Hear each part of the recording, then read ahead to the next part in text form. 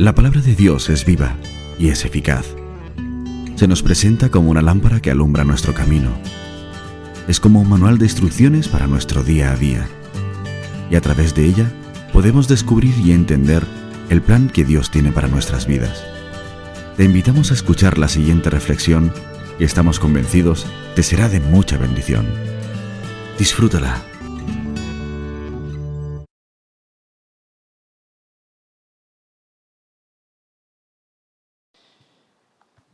En estos días, buscando a ver qué es lo que el Señor pues quería compartir, qué es lo que el Señor nos quería hablar a nuestras vidas, aunque realmente no en estos días, porque la historia de la que vamos a tratar hoy no ha sido de estos días, sino que desde hace ya mucho tiempo, no sé si algunos de vosotros habéis visto estos libritos.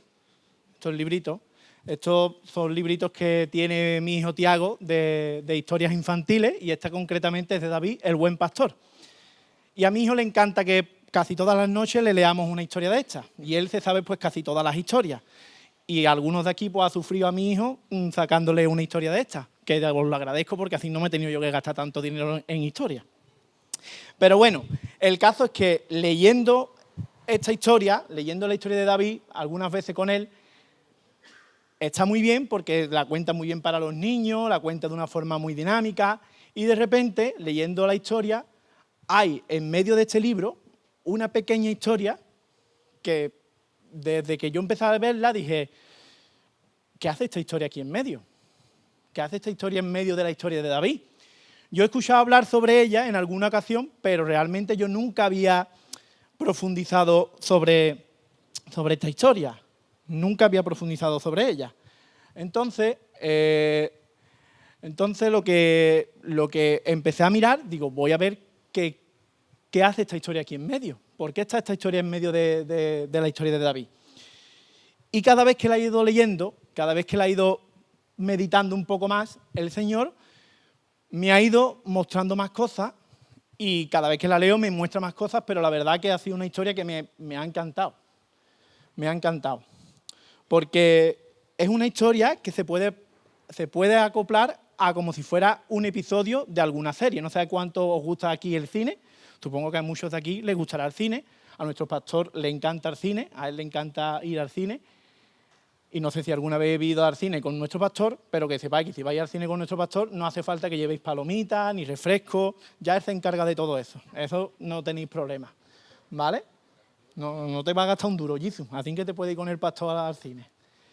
Pero a mí últimamente me gusta, por ejemplo, mucho las series, y sobre todo las series, digamos, en plan un poco como las series estas que están ahora de los vikingos, historias medievales, que cuentan un poco de fantasía, en la que al final siempre hay como dos bandos peleándose, uno que es quien está gobernando y otro que es quien quiere tener el poder.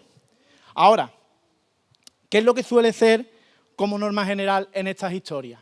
Lo que suele ocurrir como norma general en estas historias es que son los dos bandos peleándose, y el bando que llega al poder, lo principal que quiere hacer es destruir cualquier resto del otro bando. Quiere destruir todo lo que recuerda a la gente al otro bando. Y sobre todo, si te das cuenta, lo que la persona que llega al poder quiere hacer es buscar cualquier resto familiar de ese antiguo rey para destruirlo y no tener a un posible rival en un futuro por el trono. Y eso lo vemos en las películas, pero es que eso era real, 100%. Si tú te pones a estudiar historia, vas viendo cómo los reyes, cómo los reinos se pelean unos entre otros. Incluso ves en la historia de Roma como cuando llegaba un emperador romano, lo primero que hacía era destruir a toda la familia antigua. Toda la familia que estaba antes de él la destruía, para que nadie dijera que él era el heredero. Así que esto es lo que suele ser lo normal. Suele haber dos bandos peleándose, y cuando uno llega al poder lo que intenta es destruir todo lo que le recuerde al bando anterior. Eso es lo normal, como decimos. Pero quiero que os quedéis con esa idea en vuestra mente, porque nos vamos a ir al libro de 2 de Samuel, capítulo 9, y vamos a leer del versículo 1 al 13. ¿Me he dejado la botella? Dame la botella. ¿Es tuya? Tiene que estar la mía por ahí. ¿Está por ahí? Mi botella. Segunda de Samuel 9, del 1 al 13. Mira, la tengo aquí, yo pidiéndote mi botella. Segunda de Samuel 9, del 1 al 13, ¿vale?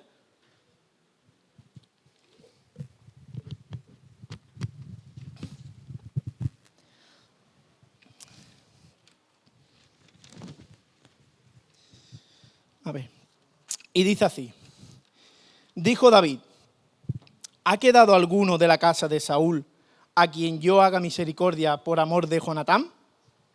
Y había un siervo de la casa de Saúl que se llamaba Siba, al cual llamaron para que viniese a David. Y el rey le dijo, ¿eres tú Siba? Y él respondió, tu siervo. El rey le dijo, ¿no ha quedado nadie de la casa de Saúl a quien haga yo misericordia de Dios? Y Siba respondió al rey, aún ha quedado un hijo de Jonatán, lisiado de los pies. Entonces el rey le preguntó, ¿dónde está? Y Siba respondió al rey, he aquí, está en casa de Maquir, hijo de Amiel, en Lodebar. Entonces envió el rey David y le trajo de la casa de Maquir, hijo de Amiel, de Lodebar. Y vino Mefiboset, hijo de Jonatán, hijo de Saúl, a David. Y se postró sobre su rostro e hizo reverencia. Y dijo David, Mefiboset. Y él respondió, he aquí tu siervo. Y le dijo David, no tengas temor, porque yo, a la verdad, haré contigo misericordia por amor de Jonatán tu padre, y te devolveré todas las tierras de Saúl tu padre, y tú comerás siempre a mi mesa. Y él, inclinándose, dijo, ¿quién es tu siervo para que mires a un perro muerto como yo? Entonces el rey llamó a Siba, siervo de Saúl, y le dijo, todo lo que fue de Saúl y de toda su casa yo le he dado al hijo de tu señor. Tú pues le labrarás las tierras, tú con tus hijos y tus siervos, y almacenarás los frutos para que el hijo de tu señor tenga pan para comer. Pero Mefiboset, el hijo de tu señor, comerá siempre a mi mesa. Y tenía Siba 15 hijos y 20 siervos. Y respondió Siba al rey, conforme a todo lo que ha mandado mi señor el rey a su siervo, así lo hará su siervo. Mefiboset dijo al rey, comerá a mi casa como uno de los hijos del rey.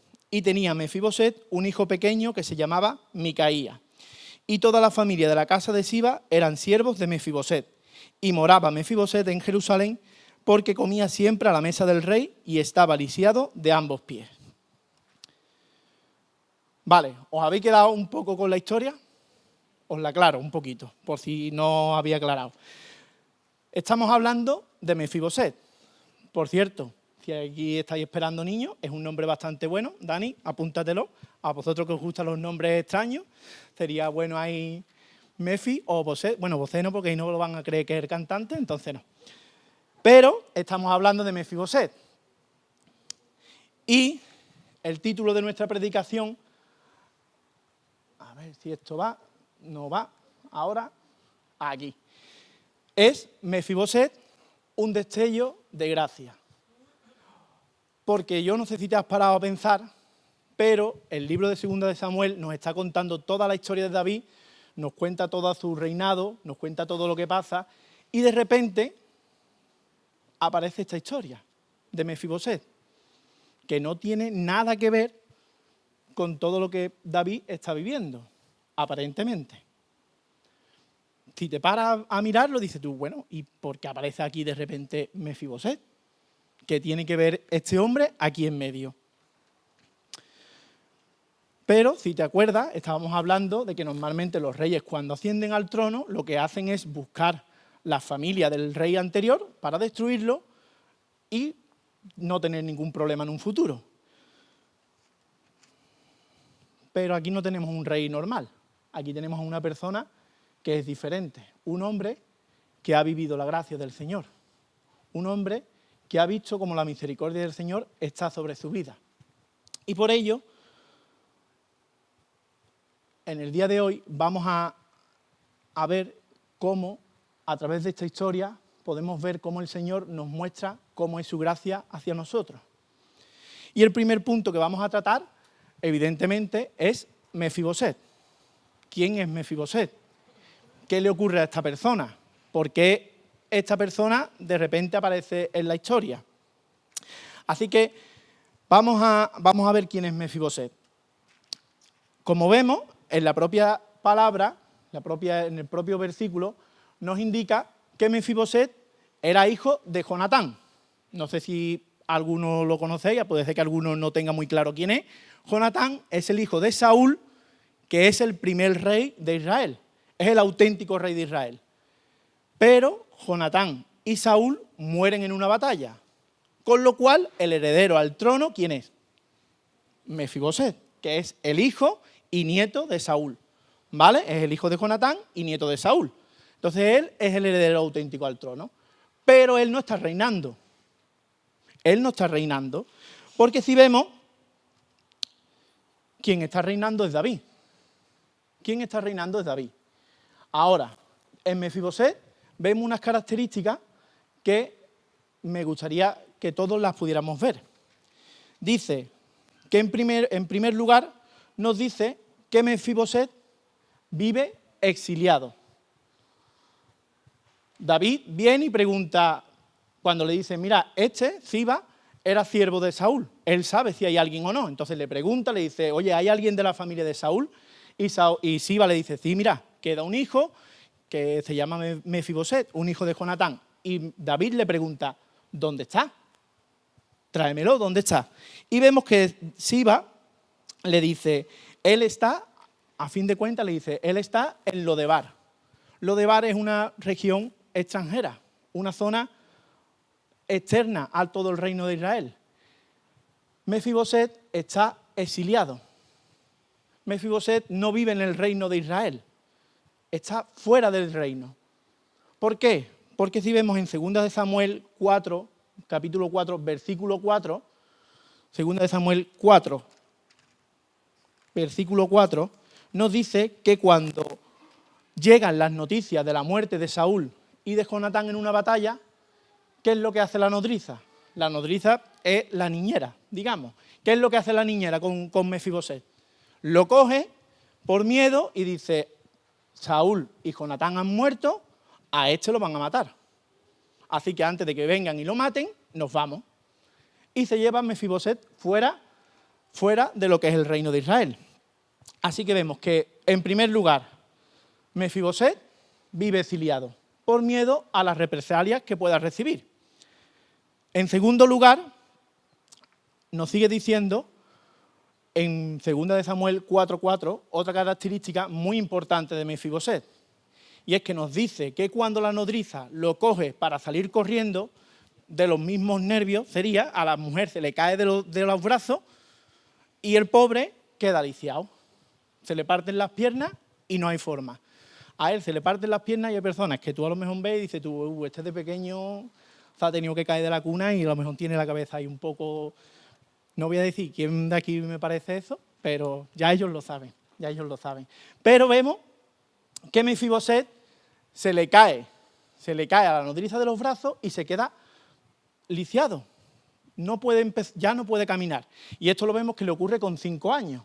Con 5 años él se cae y ya no puede caminar. O sea, lleva toda su vida siendo un lisiado.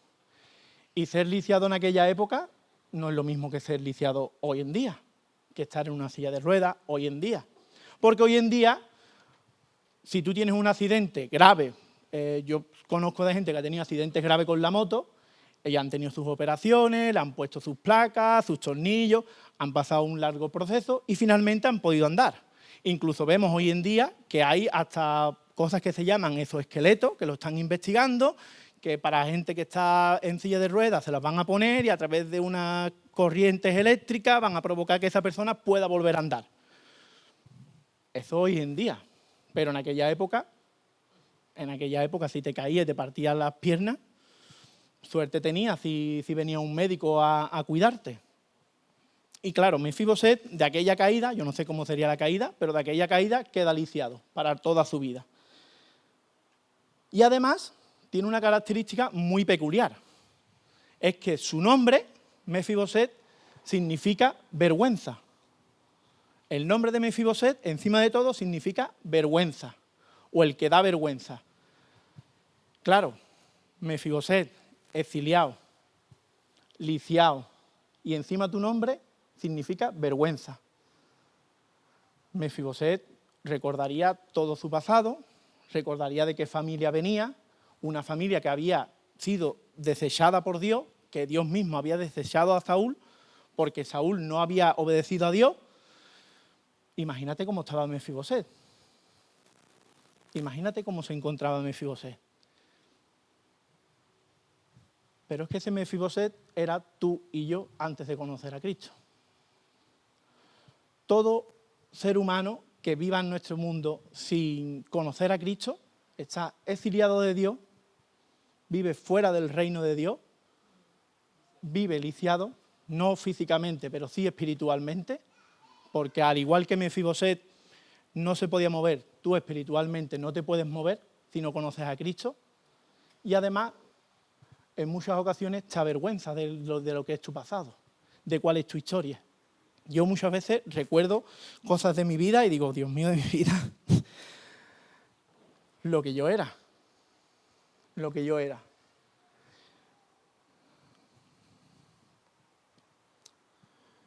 Porque además el hombre no fue creado para vivir como vivía Mefiboset. Nosotros fuimos creados para vivir como aparece en Génesis 2, de una forma que vivía cerca de Dios, que compartía con Dios, que Dios venía al huerto y compartía con el hombre. Pero a partir de Génesis 3, toda nuestra humanidad se convierte en Mefiboset. Comienza a vivir exiliado de Dios, sin querer saber nada de Dios, lisiado espiritualmente, imposibilitado de poder acercarte a Dios. Tú por ti mismo no te puedes acercar a Dios, ni puedes ni quieres. Ni puedes ni quieres. Mefiboset es que no podía, lo tenían que mover de un sitio a otro. Pero tú espiritualmente no te podías acercar a Dios. Y además, en muchas ocasiones con carga y con vergüenza por tu pasado, por lo que has hecho, por cómo te comportas en muchas ocasiones. Así vive nuestro mundo. Y así vivíamos muchos de nosotros antes de conocer a Cristo. Éramos Mefiboset. Vivíamos exiliados, lisiados y con vergüenza. Te lo repito otra vez. Vivíamos exiliados, lisiados y con vergüenza. Y ese era Mefiboset. Alguien que estaba destinado a ser el rey de Israel, pero que en un momento toda su historia cambia y pasa a ser un exiliado, un lisiado y una persona llena de vergüenza. Ahora, este es uno de los personajes que vemos en esta historia, pero también hay otro personaje. Y es el segundo punto de nuestra historia, que es el rey David. Por un lado tenemos a Mefiboset y por otro tenemos al rey David, que como hemos dicho es una persona que acaba de ascender al trono. Hace pocos capítulos Saúl y Jonatán han muerto y el Señor hace mucho tiempo atrás ya lo designó a él como el heredero al trono, como la persona que iba a ser el rey de Israel.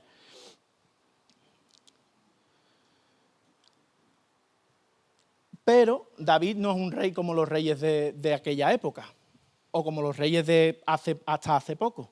Él era un rey diferente, era una persona diferente. Era una persona que había vivido, como hemos dicho antes, la gracia del Señor, que había vivido la misericordia del Señor. Y por eso Él es diferente, no porque Él sea mejor, no porque, como veía yo el otro día en la puerta de una iglesia, ¿no?, que ponía, para ganar la bienaventuranza y tal, tienes que ser buena gente. Y ahora te venía y te explicaba lo que era ser buena gente. No hablar mal de nadie, no pensar mal, no. David era diferente no por todo eso, sino porque él había experimentado la gracia de Dios. Y si no, mira, ven conmigo al versículo 3. ¿Por qué David decide buscar a un descendiente de la casa de Jonatán, de Saúl?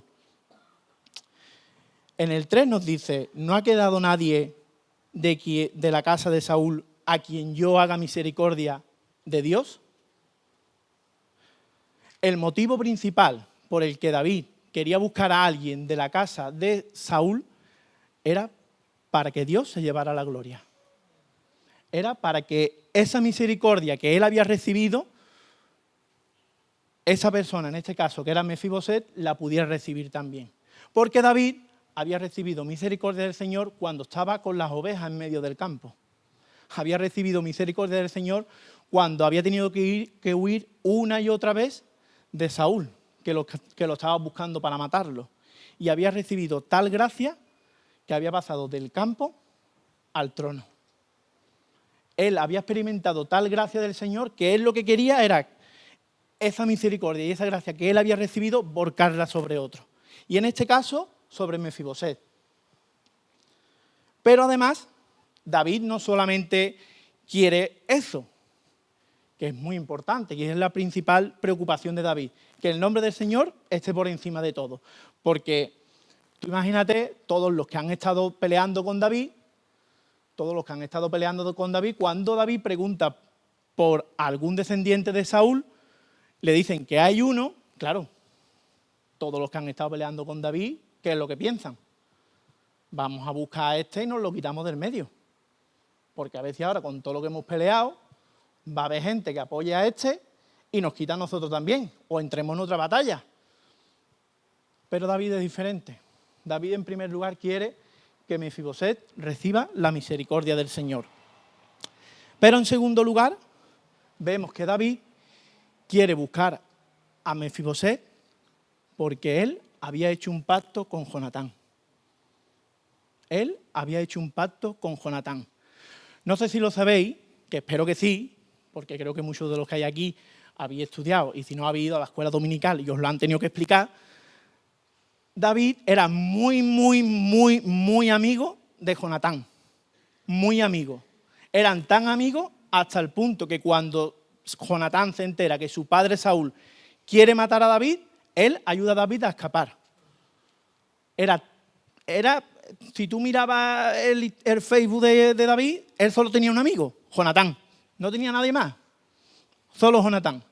Era la persona con la que siempre compartían. Siempre estaban juntos. Y llegó a tal punto su amistad que ellos, en un momento dado, hicieron un pacto. Hicieron un pacto en el que se dijeron que pasase lo que pasase, el uno cuidaría de la familia del otro. El uno cuidaría de la familia del otro. Claro, para nosotros hoy en día, un pacto no tiene tanta importancia. Lo veíamos la semana pasada en el Salmo 12, que el propio David decía, hoy en día la gente, su palabra tiene doble sentido. No es tal y como nos está diciendo. Te dicen una cosa y después te dicen otra. Y hoy en día lo estamos viendo. Hoy en día lo estamos viendo. Para nosotros hoy en día muchas veces los pactos, si no está por escrito y firmado, tiene poca importancia. Si tú estás trabajando y llegas a un acuerdo con tu jefe, tú le dices, mira, vale, yo voy a trabajar los sábados, pero los viernes salgo a las 3. ¿Vale? Vale. Tú le das la mano, venga, y en la semana que viene te dice tu jefe, no, eso no es lo que hablamos. Tú trabajas el sábado y los viernes hasta las 6. Entonces tú aprendes y dices, vale, pues ahora todo por escrito. Ahora todo por escrito y me lo firma. Y también el sello, también, como dice Abraham. Porque hoy en día los pactos tienen poco sentido y se rompen muy rápido. Se rompen muy rápido, pero para el Señor los pactos son inquebrantables. El Señor hizo pacto con Abraham y el Señor no lo rompió en ningún momento. Llevó el pacto hasta el final. El Señor hizo pacto con el hombre y el Señor sigue cumpliendo su pacto hasta el final para salvarlo. Y David tenía eso tan claro, que incluso poniendo en peligro su reinado, cumplió el pacto con Jonatán hasta el final. Porque muchos de los que estaban con él seguramente le dirían, vamos a ver, David, hemos estado un montón de tiempo escondiéndonos. Saúl nos ha estado persiguiendo. Te ha estado a punto de matar 3 o 4 veces. Ahora sabemos que hay alguien que es heredero de la casa de Saúl. Si lo trae, hay que acabar con él. O si no lo vas a matar, por lo menos encarcélalo. Que nadie sepa que Mefibosé existe. Pero David era diferente. David era diferente. David había vivido en la gracia y solo quería que el Señor se llevara la gloria. A él no le importaba el puesto, no le importaba estar ahora en el reino, no le importaba. Lo que quería era que a través de eso el Señor se llevara la gloria y que el Señor decidiera. Que el Señor decidiera.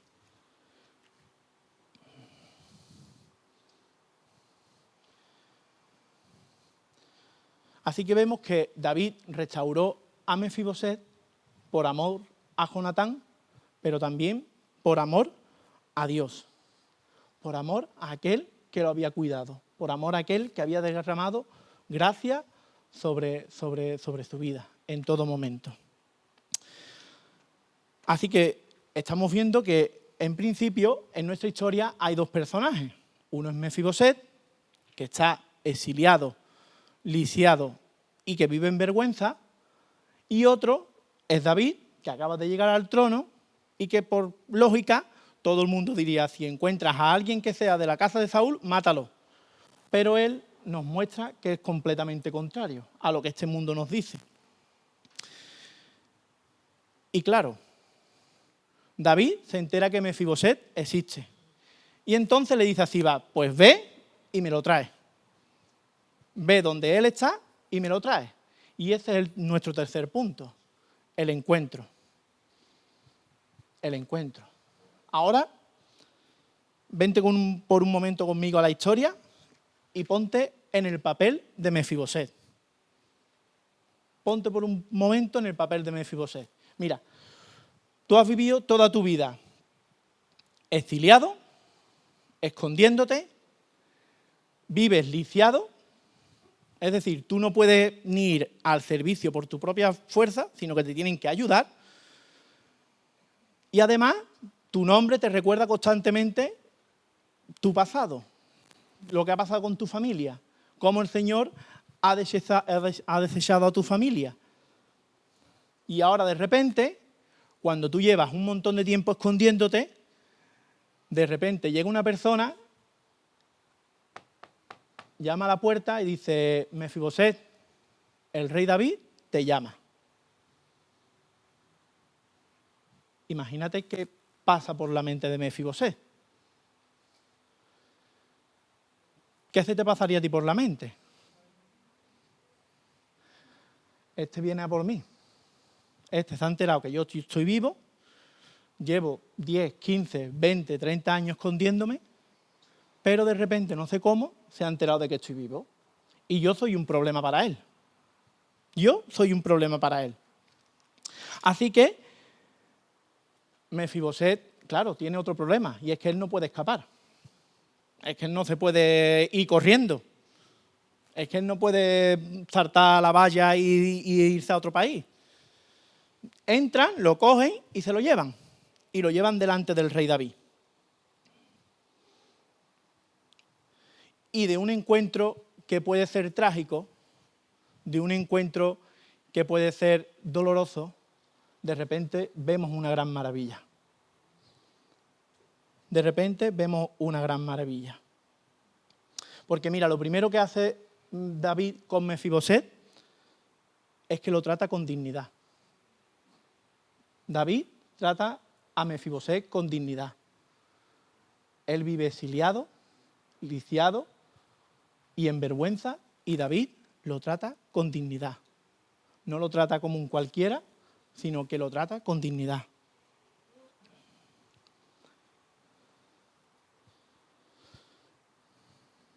¿Te acuerdas cuando el Señor te llamó por tu nombre? Vivías exiliado, lisiado espiritualmente, y puede ser que con vergüenza por tu vida, pero el Señor te trata con dignidad cuando te llama. Él te trató con dignidad. Y en segundo lugar, vemos que, evidentemente, Mefiboset, cuando llega delante de David, tendría miedo, no, lo siguiente. Porque como hemos dicho, él lo que estaría pensando es que David lo va a matar, o lo va a meter en la cárcel, que es lo mejor que le puede pasar. Y se va a quedar en una cárcel ahí por los restos. Pero David, sabiendo cuál era la situación de Mefiboset, cuál sería el corazón de Mefiboset, mira lo primero que le dice en el versículo 7. Y le dijo David: no tengas temor. No tengas temor. Qué palabra más poderosa. No tengas temor. Estas palabras no se las esperaba Mefiboset en ningún momento. En ningún momento. Y de repente, cuando escucha estas palabras, todo su miedo desaparece. Todo el miedo de Mefiboset respira tranquilo. ¿Cuántas veces has escuchado de parte del Señor? No tengas temor.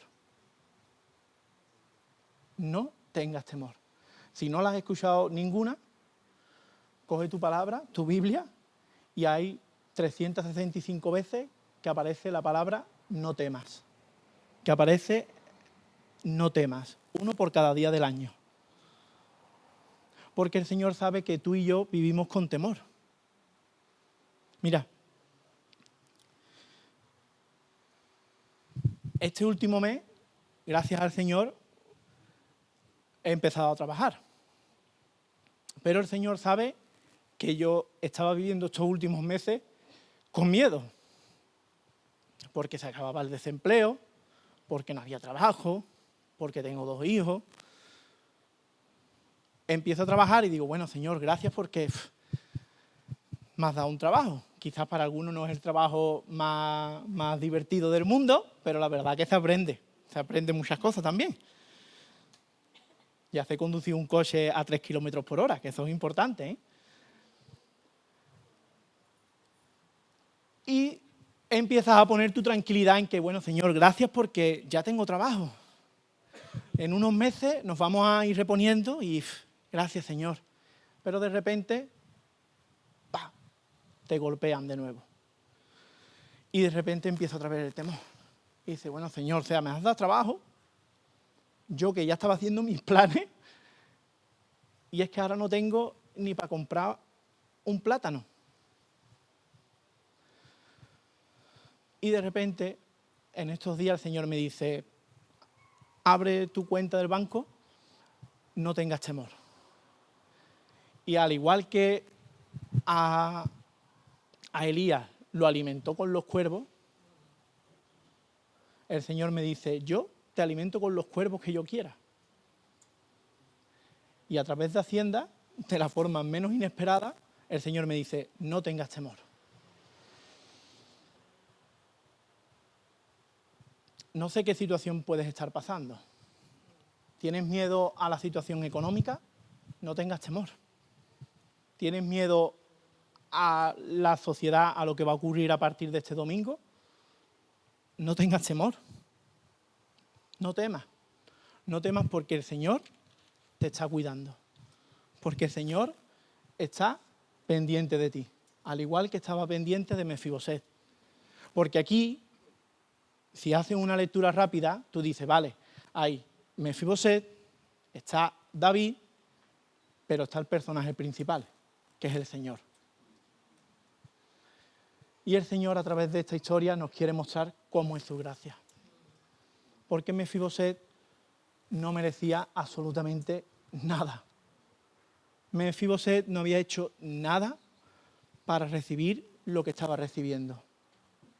Es más, Mefiboset estaba con miedo, porque él sabía que lo que él merecía era o la cárcel o la muerte. Porque había ascendido otro al trono y él era una persona que podía quitarle el trono. Así que lo lógico era que o me metiera en la cárcel o me mate. Era lo que Mefiboset merecía. Pero David derrama gracia del Señor sobre él. Mira, iglesia, el Señor derramó gracia sobre vosotros. El Señor derramó gracia sobre todos los que nos llamamos hijos de Dios. Alégrate por eso. ¿Tienes miedo? Acuérdate de la gracia del Señor, de cómo el Señor te ha llamado, de cómo el Señor te ha levantado en miles de ocasiones, de cómo el Señor, cuando tú veías todo cerrado, Él de repente, ¡pam!, abre la puerta y dice, no temas, yo estoy, no temas. Ahora, amigo, si estás aquí y no conoces al Señor, si nos estás viendo por las redes y no conoces al Señor, tienes que tener miedo, tienes que temer. Porque el Señor no es solo un Señor que nos cuida, no es solo un Señor que nos quiere abrazar, que nos quiere dar besitos, que nos quiere... Claro que sí, que el Señor nos ama y nos cuida, pero aquellos que hemos sido llamados sus hijos. Si no conoces al Señor, si no lo tienes en tu vida, tienes que temer. Tienes que temer, porque el Señor es un Señor justo, es un Dios justo, es un Dios que necesita que alguien pague. Pero también tienes una buena noticia, y es que hoy puede ser día de salvación para ti. Mira, Mefiboset no merecía absolutamente nada. Él no podía ir a David a pedirle ayuda. Él estaba avergonzado por quién era. Sin embargo, David, al escuchar de Mefiboset, manda a Siba para que venga y lo traiga. El Señor te está buscando. Y el Señor mandó a su hijo para venir a buscarte. A Siba no le costó nada ir a por Mefiboset. Es más, tenía que cumplir con la orden que David le había dado. Porque si no, el que se metía en un problema era él. Pero a Cristo le costó todo. A Cristo le costó todo. A Cristo le costó morir en una cruz para que quizás hoy tú aquí estés recibiendo de Él. Para que quizás hoy tú aquí puedas recibir tu día de salvación.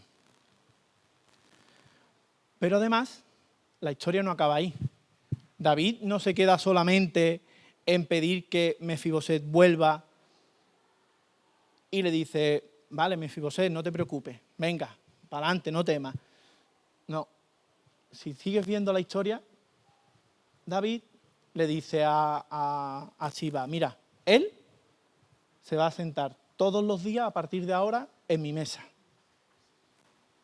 Mefiboset pasa de ser un exiliado, un lisiado y alguien que vive en vergüenza a ser parte de la familia del rey.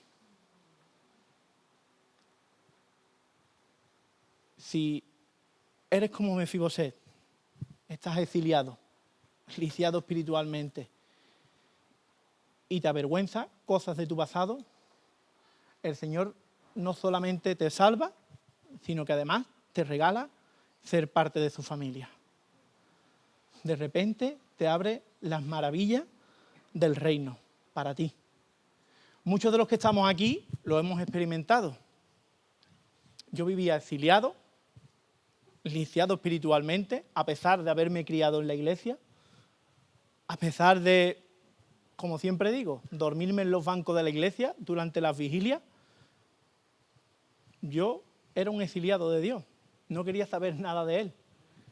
Ni quería ni podía, estaba completamente lisiado espiritualmente. Hasta que el Señor me dijo, ven. Y de repente pasé a ser parte de la familia del Rey y a poder vivir la experiencia y las maravillas que el Rey tiene para mí. Así que si en esta mañana te ves como Mefiboset, aún es día de salvación para ti. Pero entonces, ¿qué hago? Nada, como Mefiboset. Mefiboset no hizo nada. Él no podía hacer nada, no se podía mover, no podía ir a buscar ayuda. Lo trajeron. Pero además, cuando lo trajeron y él conoció a David, ahí sí hizo algo. Ahí sí se puso en acción. Y nos dice que lo primero que hizo al ver al rey David es postrarse en tierra, humillarse. Si en esta mañana el Señor te está llamando, no puedes hacer nada. No puedes hacer nada, solamente postrarte y humillarte delante de Él. Y Él te levantará y te dirá, no temas.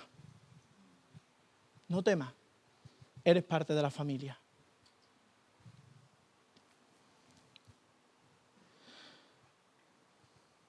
Así que vemos a través de esta historia, una historia corta, pero intensa, llena de una gracia impresionante. Cómo el Señor, a través de esta historia, quiere mostrarnos cómo Él actúa en gracia. Ninguno de los que estábamos aquí merecíamos absolutamente nada. Nada. Ni lo merecíamos, ni podíamos hacer nada por recibir nada del Rey. Sin embargo, Él tuvo misericordia de nosotros y mandó a su Hijo para buscarnos, para restaurarnos, para de repente, nuestros pies lisiados espiritualmente, que pudiéramos caminar con Él, que pudiéramos volver a una pequeña experiencia de lo que era Génesis 2. Porque llegará el día en que podamos vivir esa experiencia por completo. Si no eres de parte de la familia de Dios, ponte delante de Él, humíllate, reconócelo como tu Señor y disfruta de la restauración del Señor.